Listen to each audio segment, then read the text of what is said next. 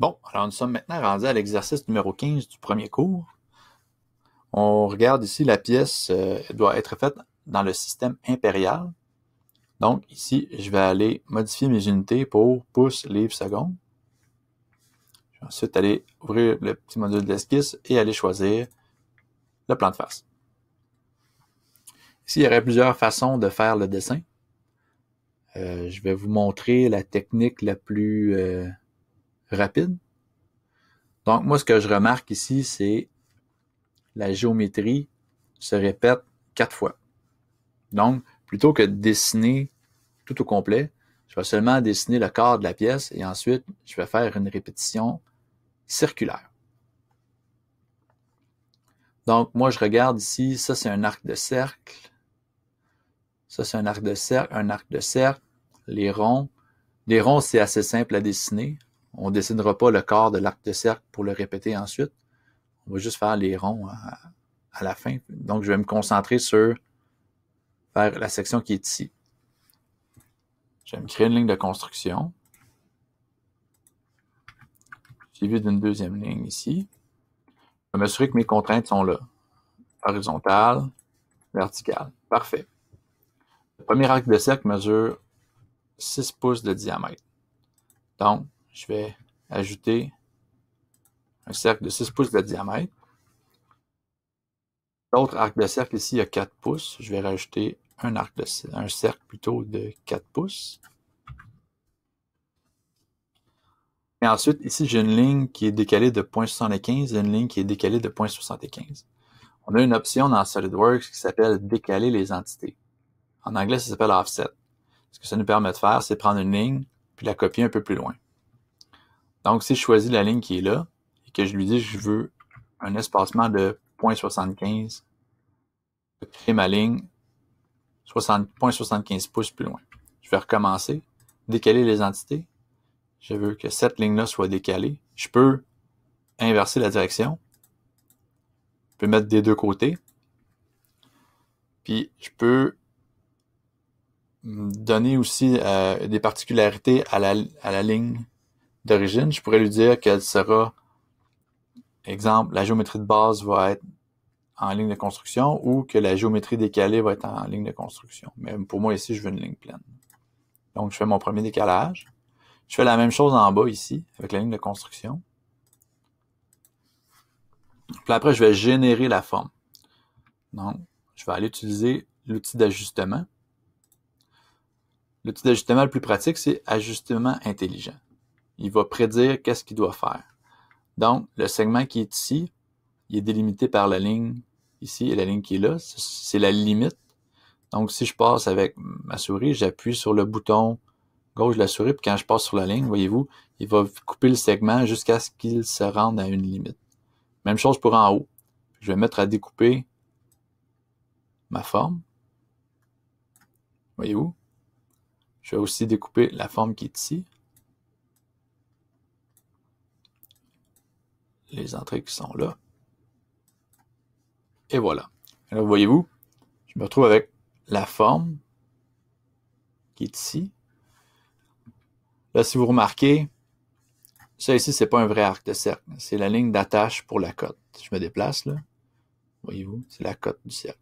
Je vais rajouter les rayons qui sont indiqués ici, 0,25. Je vais utiliser la fonction congé d'esquisse. C'est beaucoup plus rapide.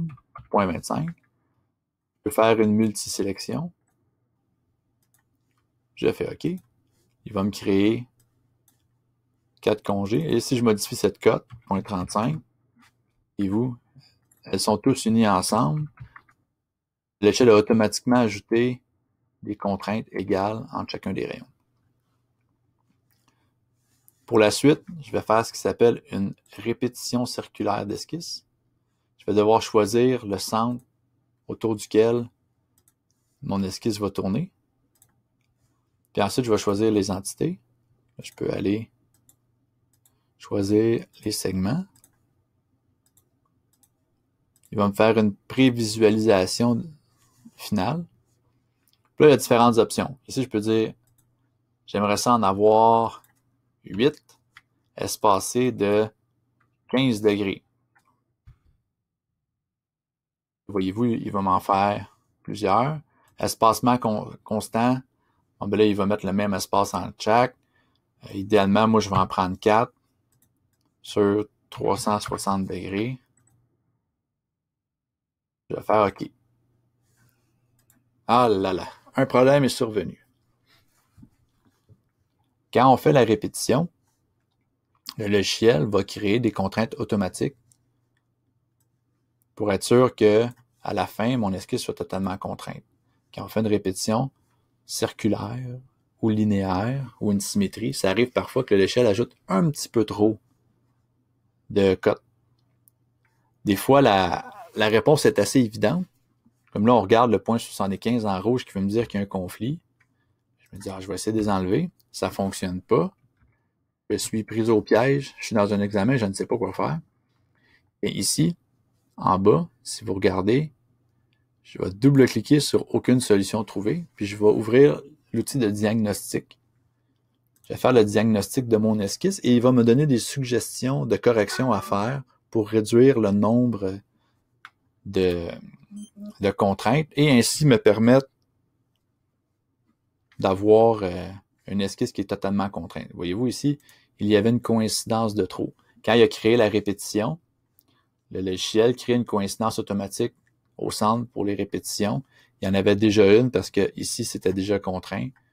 Ça crée une surcontrainte parce que le logiciel avait 2 fois la même information. Je vais faire accepter. Là, voyez-vous, tout fonctionne bien.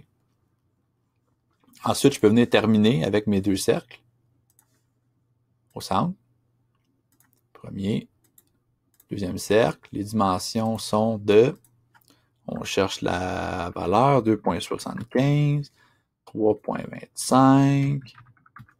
Ensuite, pour le centre, je ne vais pas dessiner une ligne, un rayon, une ligne, un rayon. Beaucoup trop compliqué. Je vais prendre rectangle par son centre. Vous pouvez le faire plus grand. Ça n'a pas d'importance. Vous avez juste à le réajuster après. Je peux le faire plus grand. Je sais que toi et toi, vous êtes collinéaires. Que toi et toi, vous êtes collinéaires. Et là, ensuite, je peux me rapprocher et je vais utiliser ma fonction congé. Les congés sont de 0.375. J'aime bien rentrer la valeur avant. Après, je peux aller sélectionner mes coins pour créer ma géométrie. Je vais sortir, là, vous allez voir, l'esquisse est complétée.